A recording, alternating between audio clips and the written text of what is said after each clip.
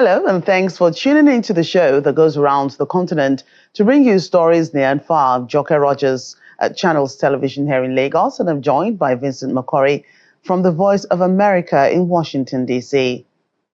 Thanks, I'm Vincent McCurry at the Voice of America. Happy to be with you again for another edition of Africa 54. Let's start off with the latest from Nigeria. Joke Rogers in Lagos brings you that story. The 2025 World Economic Forum in Davos, Switzerland, allowed Nigeria to build collaborations with world leaders and business investors. Vice President Kashim Shettima, who led the country's team to Davos, told the global community that Nigeria is open to do business with serious-minded countries as he sought for partnerships in advancing the African Continental Free Trade Area. Our State House correspondent, Empress Simon, reports. Vice President Kashim Shettima, alongside his team, arrived in Davos, Switzerland for the 2025 World Economic Forum.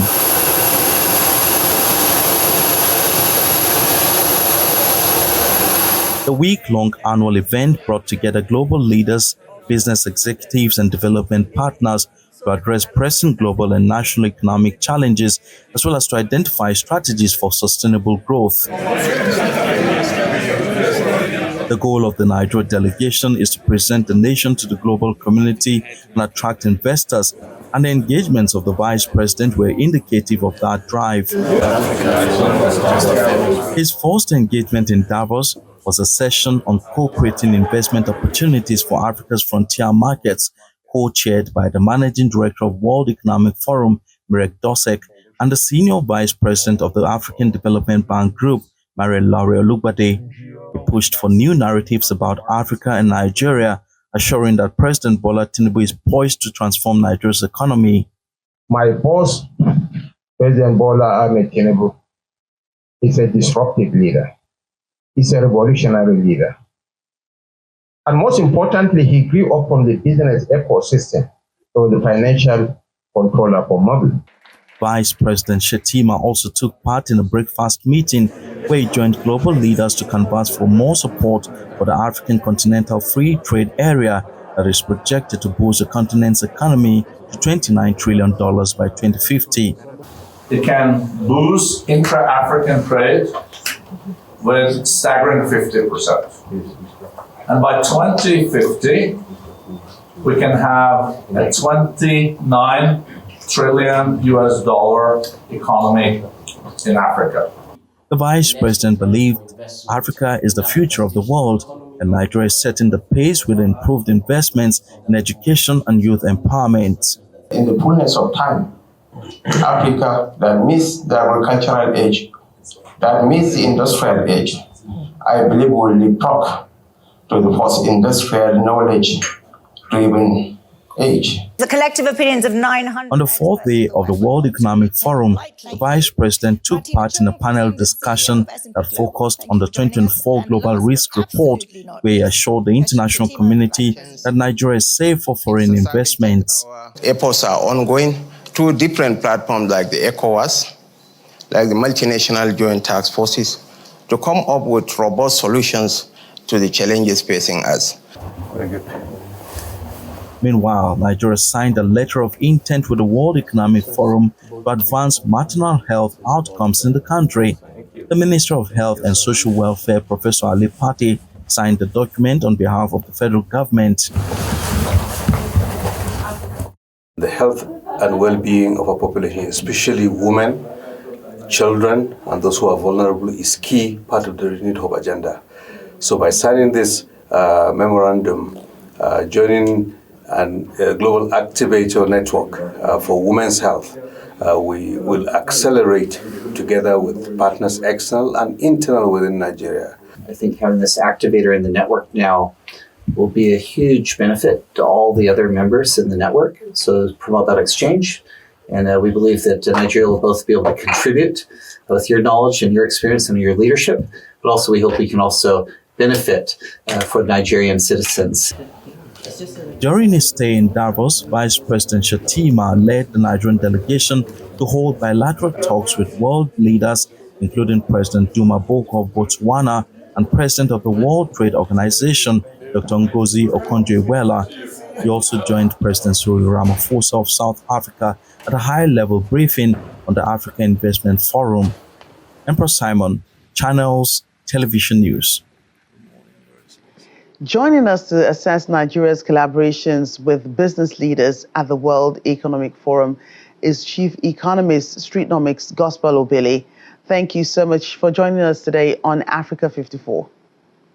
Thank you very much for having me. Great to speak with you today.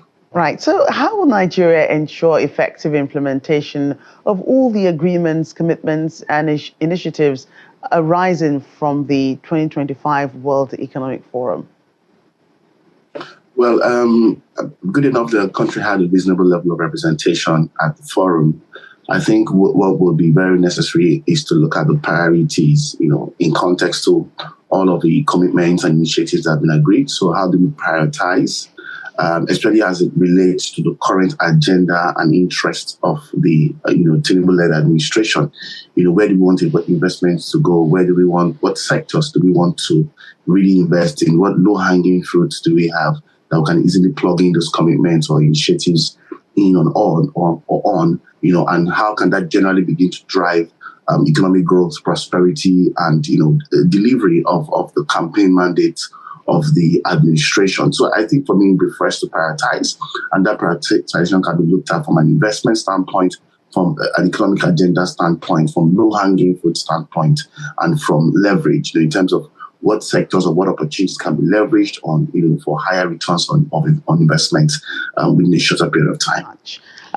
Is it something that you expect to see soon, or is it something that you think will come after, the first term of this present administration? Well, to be quite frank, I don't expect to see it. And part of the reasons are hinged on the fact that, many commitments are usually being made at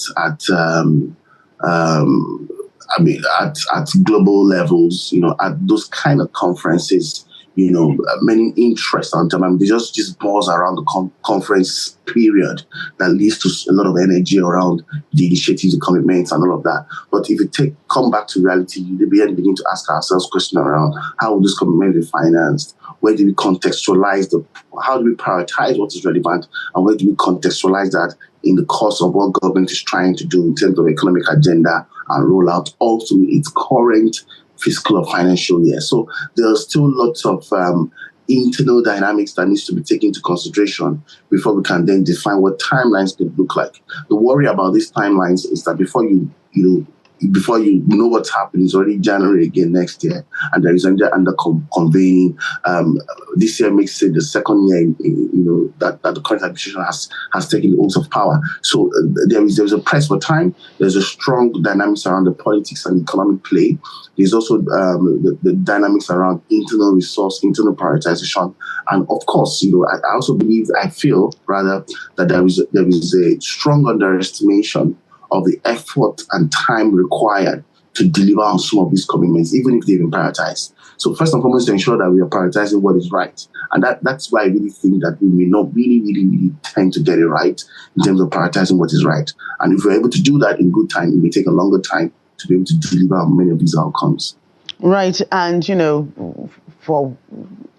better of a better expression, Nigeria is a country that we all know that cannot be ignored. It's still a fertile ground for investments. And so the federal government and, private investors will always be doing roadshows and, going out to different economic and, programs across the world to sell the country as, a great destination for investment. So how can, these trips and these engagements with, global organizations and other governments be sustained such that we have, great outcomes for Nigeria's future and the future generation? I think first and foremost is the need to have a strong alignment in terms of what we are bringing to the table and what we are taking there as objectives, or what are, how would I put it now, what are important outcomes for us. We can technically envisage the outcomes before it even happens. And what that means is just technically as a team, discussing within ourselves and agreeing within ourselves, what do we need? What have we done? What are we taking there? What's our value proposition, and what is our ask, and what type of initiatives do we want to, get involved in or with, via this forum. I believe that once that level of alignment and strong alignment at that sense with consultation, widespread consultation has been done, it becomes easier to take the center stages at this forum, to be bold about what we're doing differently, to be bold about what we've done, where the gaps are, and what type of investment we're looking at. So it sort of looks like a opportunity where you're talking about what you've done, but also talking about the opportunities that you're looking at, and sort of doing like an investment pitch to strategic stakeholders within the room and all that. So I believe that if that route is being taken or considered in probably future conferences and all that, the initiatives or commitment that may be coming out of this conference will be more defined. In fact, the outcome will be more defined, and all of that. Because to be honest with you, you really can't do much with the outcomes of those conferences if you're not really clear about what you're prioritizing, what your interests are. You don't have your act together. Just like when you're going for a meeting, you need to prepare before you go into that meeting, so you know exactly what you're doing or saying or asking for, requesting as the way forward from that meeting. So it will also be easier to identify what the actions are from those forums for Nigeria as a country when there's a level of coordinated strength in terms of understanding, alignment, objectives, value proposition, and all that. So I think a level of significant, coordinated, intelligent preparation is very crucial, because when you look at the tapes and the recordings of the different sessions where different leaders in the Nigerian economy were speaking, there is some level of gaps, there's some level of misalignment. It still lacks a level of cohesion. It still lacks that value proposition approach to what we have done, what we are capable of doing, and why Nigeria is the right place to invest in. And we see that a lot in the conversations, unfortunately. So I would say a more coordinated executive level or executive intelligence approach towards this conference would do a long way, or go a long way, to attract the right investment, the right initiative, the right commitment, and the right stakeholder support for the Nigerian economy. Right, Chief Economist, Streetnomics, Gospel Obele, thank you so much for your time today on Africa 54. Smallholder maize farmers in 6 South African provinces are using homegrown digital tech normally available only to commercial farmers to get the most out of their fields. Maurice de Klerk reports from the maize fields in South Africa's Gauteng province. Advances in agriculture technology have helped commercial farmers boost their yields worldwide. But affordability and accessibility issues often mean smaller farmers don't have access to the same tech. To bridge this gap, South Africa's Council for Scientific and Industrial Research, or CSIR, is developing a web-based system tailored for small farmers. It's called the Precision Agriculture Information System, or PIAS. Moses Che is the project's lead scientist. He says the platform works in local languages and uses artificial intelligence to analyze data that can help farmers make their fields more productive. We have adapted soil pH, soil organic content, soil nitrogen content or information that no other system has gone down to that level to generate such information. Data is collected with drones and other equipment and is then compared to satellite images to help farmers optimize growing conditions. According to the CSIR, the system could increase farmers' yields by up to 20%. Stefan Janse van Rensburg is a digital farming expert with Bayer Crop Science, which was not part of the CSIR project. It needs to be affordable for farmers to be adapted. The second one is the educational part. Farmers need to be educated and trained and upskilled how to use the products, the best products, effectively. Northwest of Johannesburg, aspiring commercial farmer Wandile Sikosana is still at the wow stage, but says learning about the current PIAS's capabilities and how it can benefit his maize yields hasn't proven too difficult. They say that they can check the moisture in the soil, via satellite. It's like, wow. Yeah, no, I understand what it tells me. And it's not that difficult to use, I must say. For somebody who was born before technology, I can find my way around. As Sikosana and his team rush to plant the last seeds of the season, he says he is hoping to use the pious data to help him choose the right fertilizer for better yields next year. Marisa de Klerk, VOA News, Magaliesburg District, South Africa. Former President Olusegun Obasanjo has once again stressed the pivotal role leadership plays in the life of a nation. He made this assertion while receiving the body of chief executive officers who paid him homage at the Olusegun Obasanjo Presidential Library in Abeokuta, the Ogun State capital.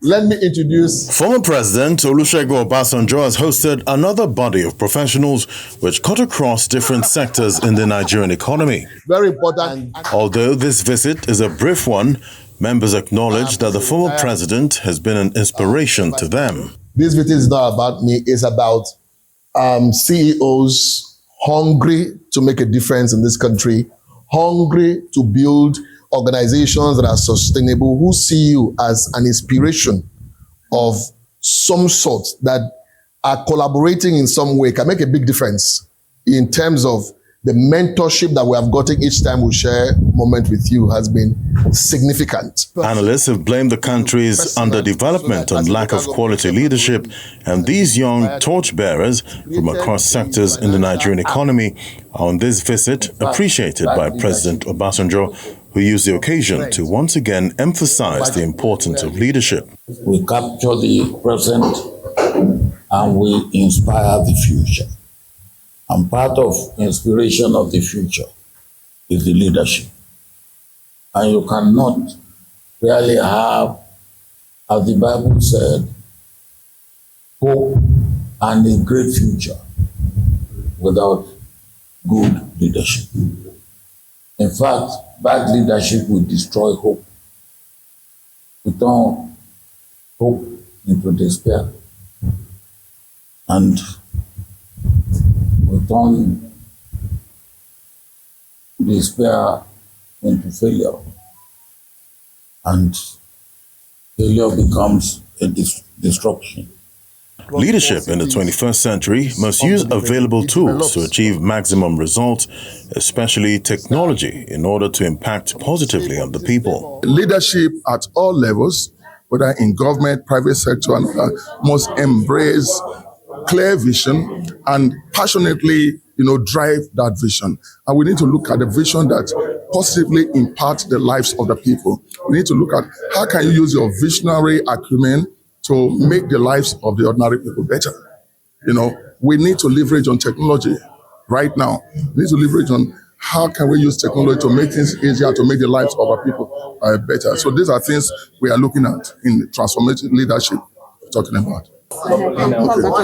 For these entrepreneurs, the visit to the former president at the Olusegun Obasanjo Presidential Library, it signposts a connection between the old and new, and the need for the younger generation to imbibe useful lessons in order to be better leaders in their own sphere of influence.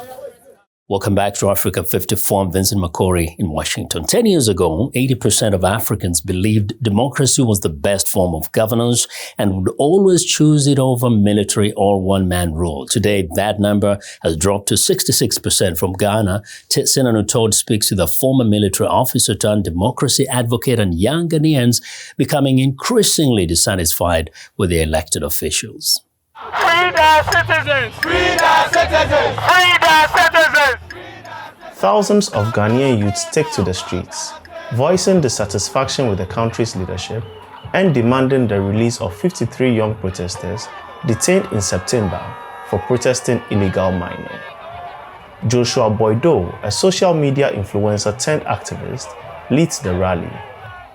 With an online following of about 2 million people, Boydo uses his platform to channel youth frustrations. They are tired of the constant change between two parties, the two major parties in the country. Boydo says he is observing a growing dissatisfaction with democracy among the youth and what they perceive as a lack of accountability from major political party leaders in Ghana, a country that has transitioned from a history of military coups to a beacon of regional stability. They are talking about how this party will steal from the people, and then when the other party comes, they don't hold them accountable. Basically, the youth want to see people in jail for stealing from the country. 88-year-old General Joseph Nunu Mensah, a veteran politician, empathizes with the youth. I would have hated to become one of them today, because they have no hope. Afrobarometer says that although 66% of Africans prefer democracy to other forms of governance, frustrations with unmet political and economic expectations has led 53% of those polled to express openness to military intervention, but Nunu Mensah, who was part of Ghana's 1978 coup, says military intervention is not an option. Once you get the military involved in politics, you're on the way to destruction. It may take time, but it will come. Nunu Mensah says the military's role is to safeguard the country and protect its democracy. If you look at Sudan today, those military who are supposed to unite to defend Sudan are fighting for power. Fighting for power because power also corrupts. In the last 10 years, Afrobarometer says there has been a sharp decline in Africans' preference for democracy, exacerbated by rigged elections. The organization stresses that ensuring free and fair elections is vital to reversing this trend. That citizens can go to the polls and know that what they say at the polls will reflect the real will of the people, and that they can kick a government out if they misbehave.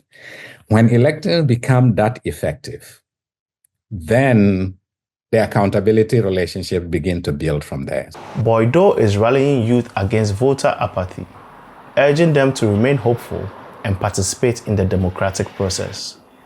Keeping quiet and giving up is not an option, Boydo says. Sana Anutot, VOA News, Accra.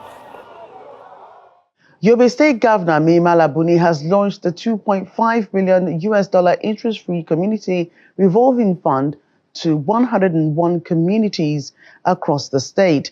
The loan is meant to drive economic growth, improve the people's means of livelihood, and promote sustainable development among the people.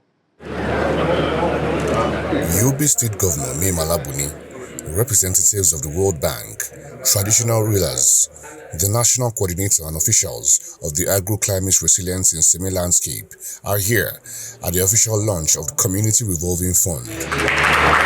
A total number of 101 organized community groups across the 17 local government areas of the state are benefiting from the interest-free loan. The CRF will support only profitable, sustainable, and climate-smart projects, that is agricultural farmers and enterprise groups. It is not a federal government loan scheme, but a loan obtained by the state through AgriSal. Shortly before the presentation of the checks to the different communities, Governor Mimala Buni explains that the sum of $2,525,000 will be disbursed. The Community Revolving Fund loan is an investment revolving facility sourced by the state government for communities and farmer groups to expand agriculture developments and strengthen the role of communities and the management of their environment for economic prosperity. In line with our policy on youth empowerment, I have directed the allocation of 4,825 slots out of the total 7,340 slots to the youth for maximum engagement and benefit of the community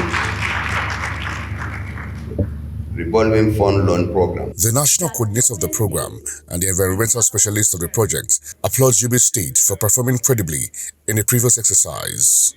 Yobe State is the 6th ranked highest state with the highest landmark in Nigeria.